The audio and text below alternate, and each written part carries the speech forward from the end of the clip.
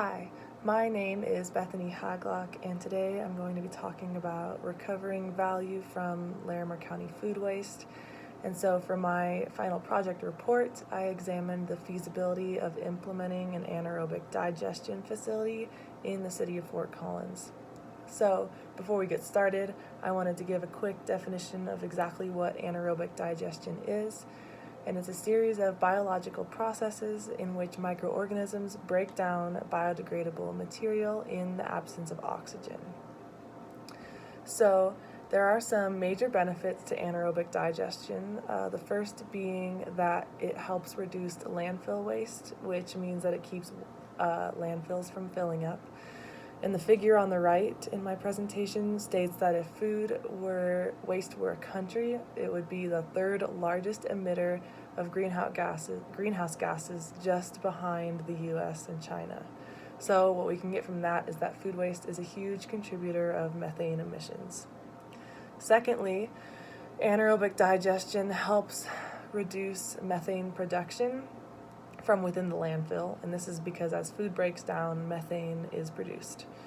And thirdly, anaerobic digestion can be used to create electricity, fuel, or compost. So this is such an important issue right now because the Larimer County landfill is actually closing in 2024.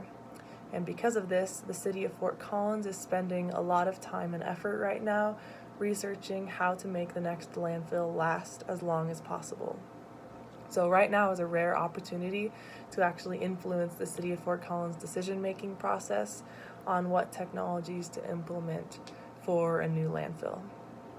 So in my table, you can see that there's two different options that the city is looking at. As of now, the city has decided that aerobic composting, including food waste, is the best option.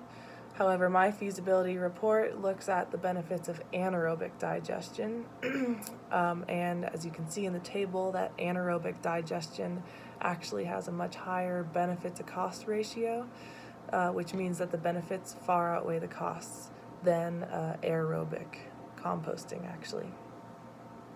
So the results of anaerobic digestion is actually a compost and biogas. And biogas is made out of carbon dioxide and methane.